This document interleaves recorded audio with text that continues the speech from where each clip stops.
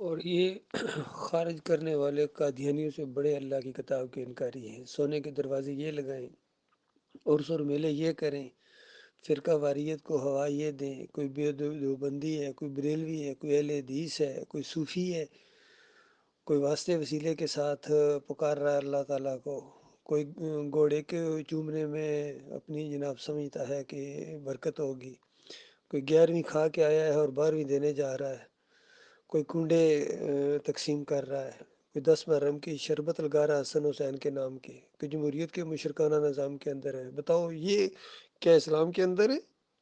یہ سارے خارج ہیں، بالکل خارج ہیں، یقین کیجئے۔ جس کے عقیدے کے اندر بھی خرابی ہے وہ بالکل خارج ہے۔ اور ایک بہت بڑا معاملہ ہوا ہے کہ پاکستانیوں کو خاص کر اور دنیا کے جتنے اسلام کا دعوے دار ہیں ان کے ساتھ ان مولویوں نے اور پیروں نے بہت بڑا فراڈ کیا ہے، بہت بڑا فراڈ ہوا ہے۔ اور ان کو کلمے کے نام پر یعنی دیا جانے والا ملک، اس کے اندر شرک اور کفر کی انتہا کر دی انہوں نے۔ تو یہ پہلے بھی 9 ستارے اکٹھے ہوئے تھے، سارے مشرک تھے، یقین کیجئے، عرس اور میلے کرنے والے اور واسطے وسیلے والے، پکارے لگانے والے، دوسری طرف وہ کیا نام ہے سونے کے دروازے لگانے والا، سب انہیں آپس میں، یہ حق اور باطل کی جنگ نہیں تھی، یہ سارے باطل آپس میں ٹکرا رہے تھے۔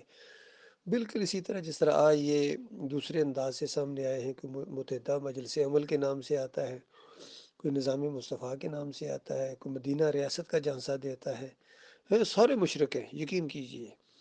جمہوریت کا نظام بذات خود ایک مشرکانہ نظام ہے۔ اور جو کبھی کہا کرتے تھے اور حدیث کا حوالہ دیا کرتے تھے کہ نبی علیہ السلام نے فرمایا وہ قوم کیسے فلاح پائے گی جو عورت کو اپنا حکمران مان لے، انہوں نے خود پھر عورت کے ساتھ دیا ہے۔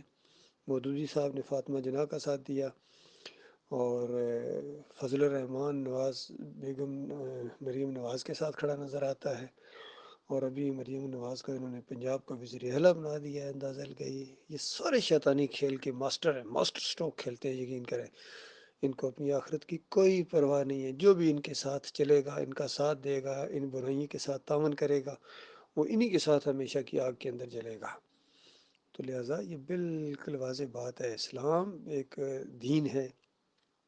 اللہ کے آخری رسول محمد صلی اللہ علیہ وسلم نے کیا الیکشن لڑے تھے؟ اللہ کے بندوں، انہوں نے توحید کی دعوت دی ہے، ہر دور میں اسی طریقے سے ہوا ہے۔ اسلام کی دعوت جب بھی دی گئی ہے، جس نبی نے بھی دی ہے اسلام کی دعوت، ان کے ماننے والے مسلم ہوتے ہیں، 1 سے 2، 2 سے 3 اور 4 ہوتے چلے جاتے ہیں، اس طرح ایک طاقت بنتی ہے، اور پھر ٹکراؤ ہوتا ہے اپنی قوم سے۔ یہ ہے اسلام کا طریقہ۔ باقی جس کا اپنا دماغ خراب ہو چلتا رہے ان کے ساتھ، اور پھر ہمیشہ کے اپنی آخرت کا، اپنی بیوی بچوں کے خسارے کا اس خود ذمہ دار ہوگا۔ بہرحال ہم مل کر اعلان کرتے ہیں ہمارا ان لوگوں سے کوئی تعلق نہیں ہے، کسی مسلک سے، کسی فرقے سے ہمارا کوئی تعلق نہیں ہے، کسی سیاسی پارٹی سے، فریبکاروں سے ہمارا کوئی تعلق نہیں ہے۔ ہم نبی علیہ السلام کے امتی ہیں، مسلم ہیں، اور ہم اسی طریقے سے دین کی دعوت دیتے ہیں جس طرح صحابہ اکرام نے دی تھی، نبی علیہ السلام نے دی ہے، اور ایک اسلامی معاشرہ وجود میں آیا ہے۔ اس کے لیے سارے مراحل وہی آئیں گے، ہجرتیں کرنی پڑیں گی، دیس نکالا دیا جائے گا، تکلیفیں آئیں گی۔ یہ ڈرائنگ روم میں بیٹھ کے نہیں منصوبے بنتے ہیں اسلام کے غلبے کے لیے یا مدینہ ریاست کے لیے۔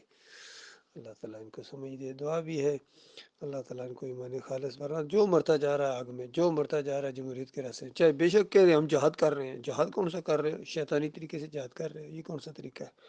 دو باطل آپس میں ٹکرائیں تو ظاہر بات ہے جو زیادہ طاقتور ہوگا وہ غالب آ جائے گا۔ باقی اللہ کی مدد تو کسی کے ساتھ بھی نہیں ہے، اللہ دشمنی ہی کرتا ہے شرک سے، کفر سے۔ اللہ تعالیٰ ان کو سمجھ دے۔